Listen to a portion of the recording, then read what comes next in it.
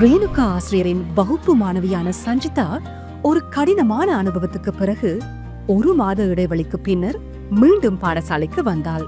அவள் வகுப்பில் ஒதுங்கி இருந்ததையும் கவனக்குறைவாக இருந்ததையும் ரேணுகா கவனித்தார். மேலும் ஏனைய மாணவர்களும் அவளின் தோழிகளும் கூட சஞ்சிதாவுடன் உரையாடவில்லை என்பதை ரேணுகா ஆசிரியர் கண்டார். சஞ்சிதாவை பற்றிய கிசுகிசுப்புகள் பாடசாலையில் பரவியிருப்பதால் மாணவர்கள் அவளை தவிர்க்கின்றனர் என ரேணுகா கவலைப்படுகிறார். ரேணுகா ஆசிரியர் சஞ்சிதாவுக்கு உதவ என்ன செய்ய முடியும்? சஞ்சிதாவின் மன உணர்வுகளை வெளிப்படையாக பகிர அனுமதித்து திறந்த மனதுடன் செவிமடுத்து அவள் கூறியதை ரகசியமாக வைத்திருக்கக்கூடிய நம்பிக்கையான ஒருவரிடம் சஞ்சிதாவை பேச வைக்க ரேணுகாவால் முடியுமா? பாடசாலைக்கு வராத நாட்களில் தவறுவிட்ட பாடங்களை கற்றுக்கொள்ள உதவுவதன் மூலம் ரேணுகா சஞ்சிதாவுக்கு ஆதரவளிக்க முடியுமா?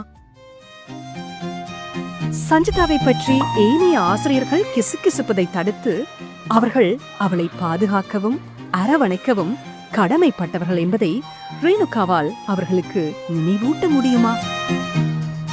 சஞ்சிதாவின் பெற்றோரிடம் கதைத்து அவளது நிலை பற்றி வினவி அவளுக்கு எவ்வகையில் உதவ முடியும் என்பதை ரேணுகாவால் கேட்டறிய முடியுமா?